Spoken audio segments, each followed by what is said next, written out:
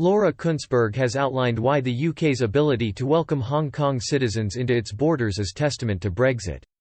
The BBC's political editor used the Hong Kong situation to highlight that the UK's departure from the EU would allow it further control over its borders.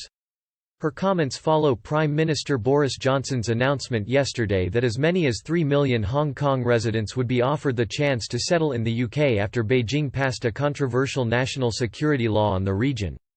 Many fear that the law will erode the unique freedoms that Hong Kong and its residents have compared to the rest of China.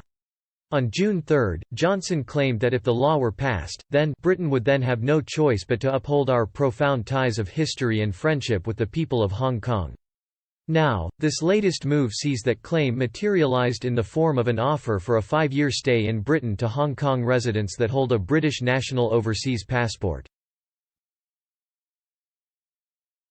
It's thought that 350,000 Hong Kong residents currently have such a passport, while around 2.6 million others are eligible for one.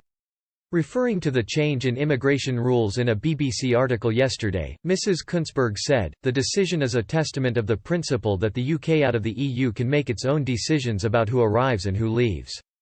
However, it should be noted that even when it was in the European Union, the UK still had control over its immigration policy regarding any country outside of the EU.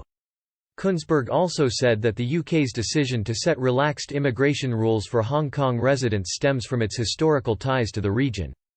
Hong Kong was a British colony after China ceded the region in 1842.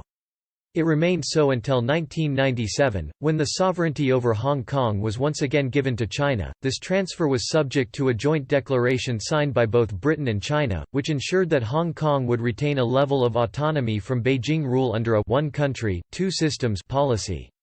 But Beijing's decision to impose controversial national security laws on Hong Kong this week has given rise to fears that Hong Kong's semi-independent status will be threatened.